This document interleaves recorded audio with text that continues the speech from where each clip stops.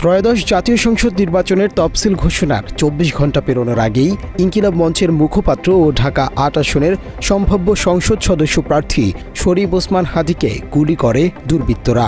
প্রথমে নানা কিছু সামনে আসলেও পরে জানা যায় হামলাকারী দুজনই আওয়ামী লীগের রাজনীতির সাথে জড়িত, যার মধ্যে একজন নিষিদ্ধ ছাত্রলীগের আদাবর থানার নেতা ফয়সাল করিম মাসুদ ওরফে দাউদ খান।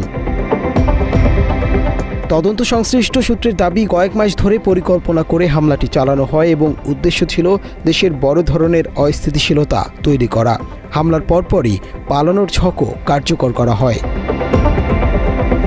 তবে হামলাকারী এই ফয়সাল গত বছর ৮ নভেম্বর ঢাকার আদাবরে একটি স্কুলে ঢুকে অস্ত্রের মুখে ১৭ লাখ টাকা লুটের ঘটনায় গ্রেপ্তার হয়েছিল। তার কাছ থেকে দুটি বিদেশি পিস্তল, দুটি ম্যাগাজিন ও ৫ রাউন্ড গুলি জব্দ করা হয় বলে পোস্টটিতে জানানো হয়। কিন্তু আশ্চর্যজনকভাবে সেই মামলার ১ মাস পরেই জামিন পেয়ে যান এই ছাত্রলীগ নেতা। থানায় মামলা করা সেই কপি থেকে জানা গেছে, সে সময় ফয়সালকে ছাত্রলীগ নেতা হিসেবে উল্লেখই করেনি আদাবর থানা। কিন্তু তথ্য বলছে ফয়সাল করিম মাসুদ রাজধানীর আদাবর থানা ছাত্রলীগের সাবেক সভাপতি ও ঢাকা মহানগর উত্তর ছাত্রলীগের সাবেক সহসভাপতি ছিলেন। মাত্র ৩০% টাকায় জমির মালিক হয়ে নতুন বাংলাদেশের গড়ে তোলার স্বপ্ন দেখা বাংলা বসতি। ২০১৯ সালের ১১ মে ঘোষিত কেন্দ্রীয় ছাত্রলীগের পূর্ণাঙ্গ কমিটিতে তিনি সদস্য হয়েছিলেন। এছাড়া ২০১৮ সালে একাদশ জাতীয় সংসদ নির্বাচনে আসন ভিত্তিক নির্বাচন পরিচালনা ও সমন্বয় কমিটি করেছিল কেন্দ্রীয় ছাত্রলীগ। ঢাকা ১২ আসনে আওয়ামী লীগের প্রার্থী ছিলেন সাবেক স্বরাষ্ট্রমন্ত্রী আসাদুজ্জামান খান।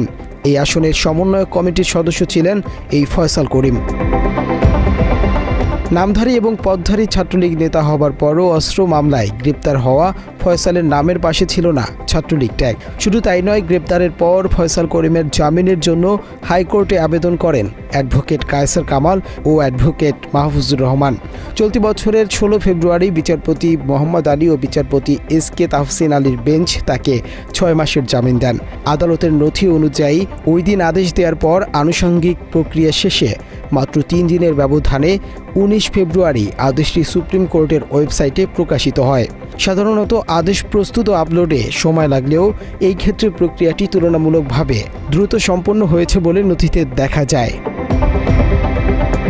এরপর চলতি বছরের ১২ আগস্ট জামিনের মেয়াদ বাড়ানোর জন্য পুনরায় আবেদন করা হলে বিচারপতি মোহাম্মদ আলী ও বিচারপতি ইউসুফ আবদুল্লাহ সুমনের বেঞ্চ নতুন করে ১ বছরের জামিন মঞ্জুর করেন।